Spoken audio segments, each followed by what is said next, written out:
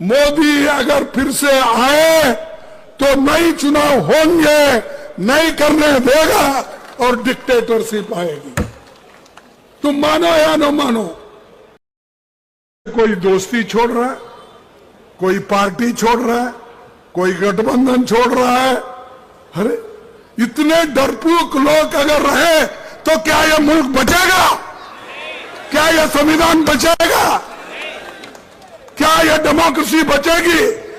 इसीलिए आखिरी चांस है आपको वोट देने का।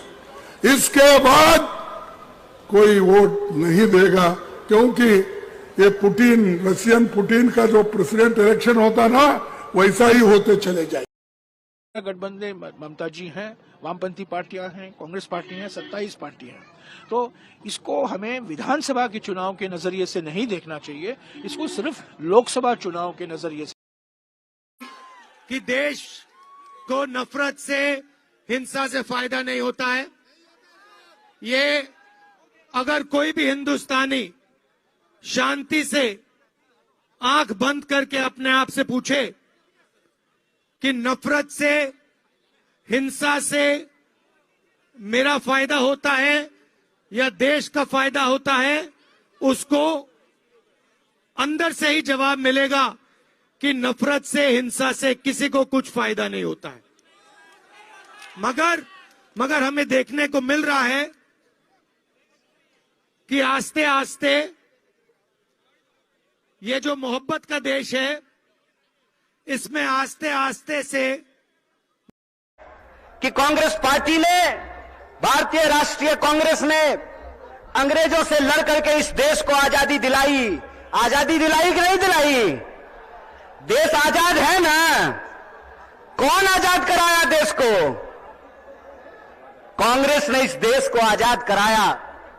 और आज एक बार फिर से जब देश में नफरत फैल रही है, उस नफरत के खिलाफ हमारे नेता श्री राहुल गांधी ने कन्याकुमारी से लेकर के कश्मीर तक पैदल चले वो, और उन्होंने कहा कि डरने की जरूरत नहीं है, डरो मत। इस समाज के भीतर जो न्याय है, लोगों का जो हक है, उसके लिए आपको संघर्ष करना पड़ेगा। जो आजकल रोजगार विहीन समझते हैं ना? रोजगार विहीन का मतलब यह है कि गृह मंत्री का बेटा बीसीसीआई का सेक्रेटरी बन जाएगा और आपके बाल बच्चा को कुछ नहीं मिलेगा। समझते हैं ना रोजगार विहीन विकास का मतलब? या जो रोजगार विहीन विकास है, इस रोजगार विहीन विकास में इस देश के जो आम आवाम हैं, उनके बच्चों का, उनके जीवन यापन का मुद्दा कैसे हल होगा? इसीलिए यह बात कांग्रेस पार्टी ने उठाई कि समाज के हर तबके को भागीदारी देना पड़ेगा। और भागीदारी देने के लिए यह जरूरी है कि हमको देखना पड़ेगा कि समाज की रीढ़ किनको माना जाता है, देश का रीढ़ किसको माना जाता है। आप सब जानते हैं कि भारत दुनिया का सबसे युवा राष्ट्र है। ईमानदारी से इंडिया गठबंधन के बनाने में ममता जी का एक बहुत महत्वपूर्ण भूमिका रही है। इंडिया गठबंधन को इंडिया नाम देने में उनकी भी एक भूमिका रही है, हम उसको सब नहीं भूल सकते। और ममता जी बीजेपी के खिलाफ लड़ रही है, हम भी बीजेपी के खिलाफ लड़ रहे हैं। वो कहती है मैं इंडिया गठबंधन की एक हिस्सा हूं, वो हम उसको स्वीकार करते हैं। पर ये पश्चिम बंगाल की राजनीति, विधानसभा की राजनीति, बात कहता हूं, ये आखिरी चुनाव है। मोदी अगर फिर से आए तो नई चुनाव होंगे, नहीं करने देगा और डिक्टेटरशिप आएगी। तुम मानो या न मानो, अभी भी देख रहे आप, परसों ही हमारे पास के एक नेता को उधर लेके गए, इंडिया का गठबंधन का। कौन है?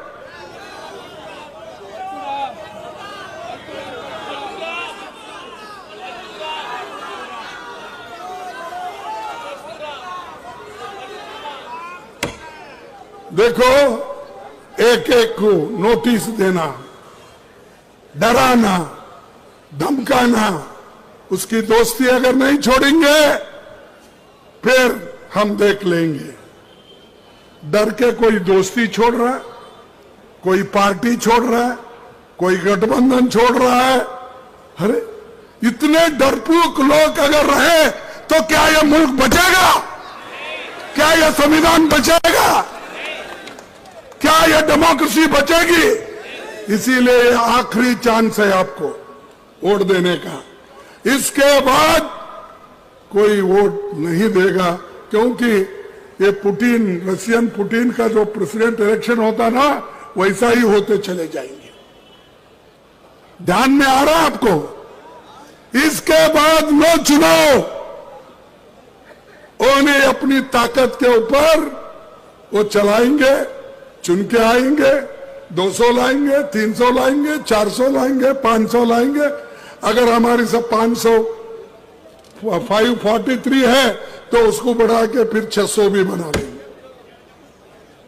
तो ये संविधान की रक्षा करना, डेमोक्रेसी की रक्षा करना, इलेक्शन बार बार होना, चुनाव होना, इसकी जिम्मेदारी आपके ऊपर है। आप अगर चाहते हो तो डेमोक्रेसी बच सकती है। अगर आप नहीं चाहते हो, गुलाम रहना चाहते हो, अधीर जी के बारे में और ममता जी के बारे में, वो पश्चिम बंगाल की राजनीति को लेकर ये बातचीत उनके दोनों के बीच में चलती रहती है। मेरा यही एक ही कहना है, इंडिया गठबंधन बना है लोकसभा चुनाव के लिए। इंडिया गठबंधन ममता जी हैं, वामपंथी पार्टियां हैं, कांग्रेस पार्टी हैं, 27 पार्टी हैं। तो इसको हमें विधानसभा के चुनाव के नजरिए से नहीं देखना चाहिए, इसको सिर्फ लोकसभा चुनाव के नजरिए से देखना चाहिए। आप मानते बातचीत चल रही है? बातचीत चल रही है हमारे ओर से। हमने दरवाजा तो नहीं बंद किया है। एक तरफा हमने कोई घोषणा नहीं की कि हम 5 सीट मांग रहे हैं, 10 सीट मांग रहे हैं, 15 सीट नहीं मांग रहे, ये नहीं।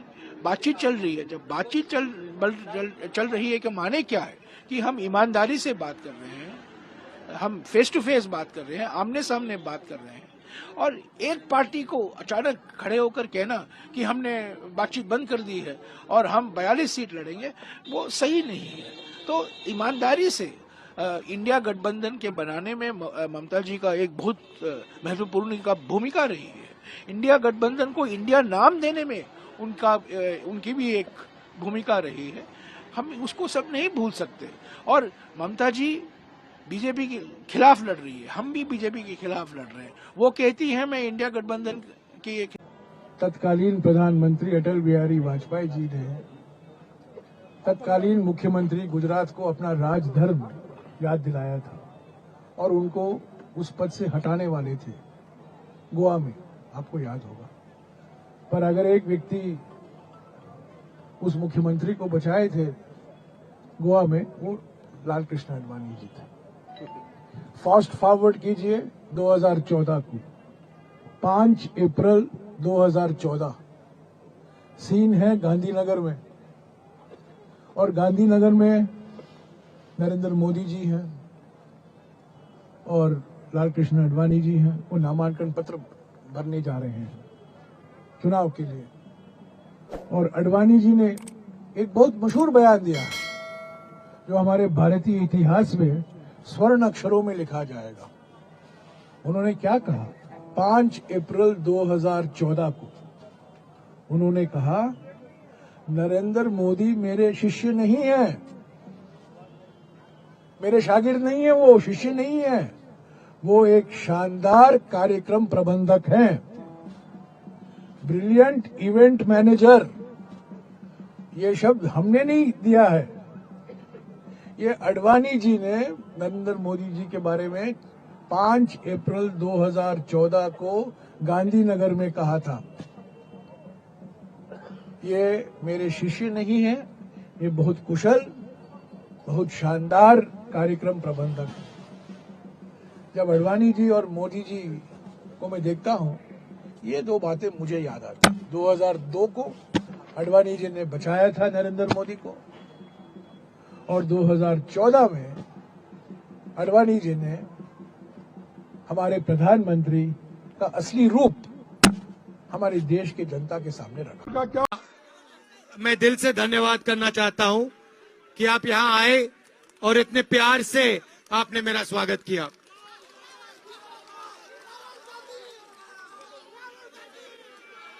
पिछले साल हमने भारत जोड़ो यात्रा की थी।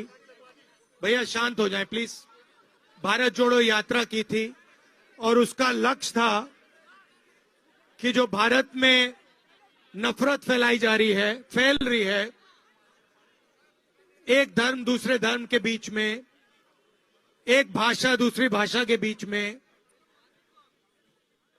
एक प्रदेश दूसरे प्रदेश के बीच में, इसके खिलाफ हम सबको मिलके खड़ा होना चाहिए। आप सहमत हैं इससे कि देश को नफरत से, हिंसा से फायदा नहीं होता है? ये अगर कोई भी हिंदुस्तानी शांति से आंख बंद करके अपने आप से पूछे कि नफरत से, हिंसा से मेरा फायदा होता है या देश का फायदा होता है, उसको अंदर से ही जवाब मिलेगा कि नफरत से, हिंसा से किसी को कुछ फायदा नहीं होता है। मगर हमें देखने को मिल रहा है कि आस्ते आस्ते ये जो मोहब्बत का देश है, इसमें आस्ते आस्ते से नफरत फैलती जा रही है। इसका कारण है, अगर आप किसी भी युवा से पूछो कि आप पढ़ाई करने के बाद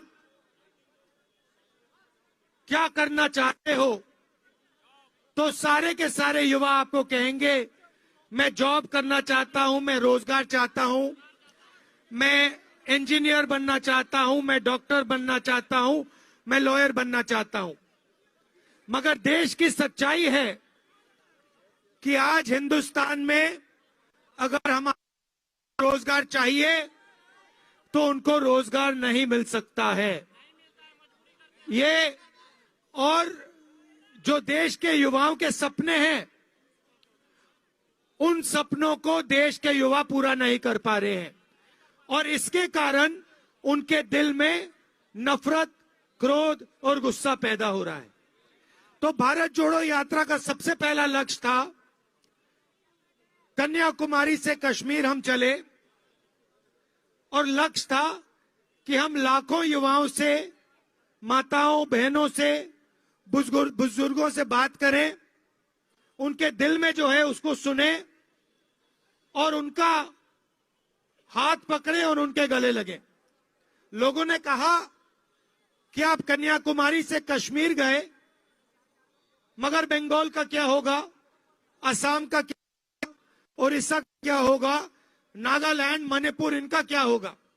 इसलिए हमने निर्णय लिया कि हम ईस्ट से वेस्ट, मणिपुर से महाराष्ट्र फिर से भारत जोड़ो यात्रा करेंगे और इसीलिए आज हम यहां आपके सामने खड़े हैं, सिलीगुड़ी में आपके सामने खड़े हैं।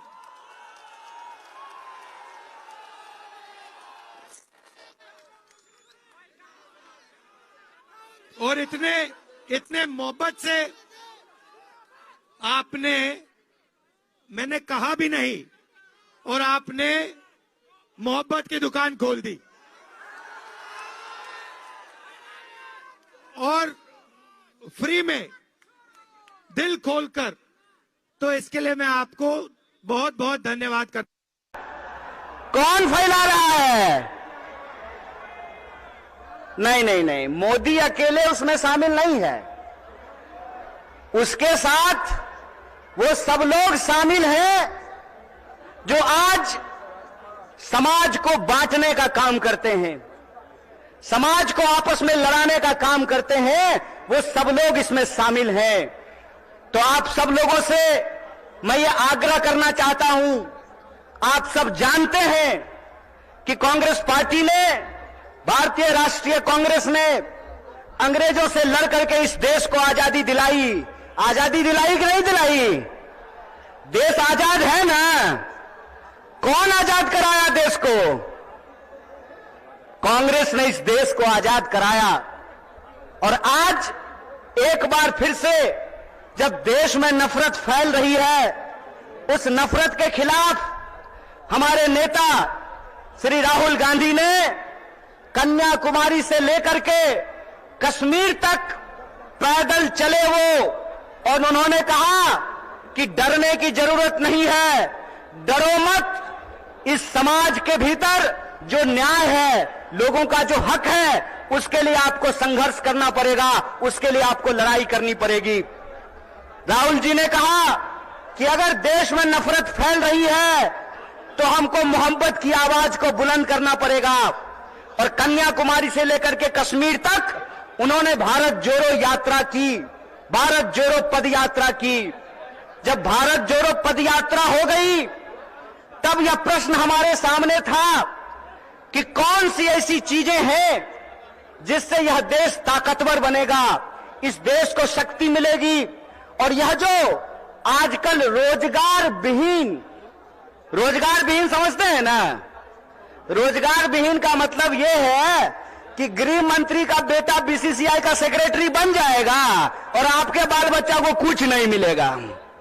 समझते हैं ना रोजगार विहीन विकास का मतलब? यह जो रोजगार विहीन विकास है, इस रोजगार विहीन विकास में इस देश के जो आम आवाम हैं, उनके बच्चों का, उनके जीवन यापन का मुद्दा कैसे हल होगा। इसीलिए यह बात कांग्रेस पार्टी ने उठाई कि समाज के हर तबके को भागीदारी देना पड़ेगा। और भागीदारी देने के लिए यह जरूरी है कि हमको देखना पड़ेगा कि समाज की रीढ़ किनको माना जाता है, देश का रीढ़ किसको माना जाता है।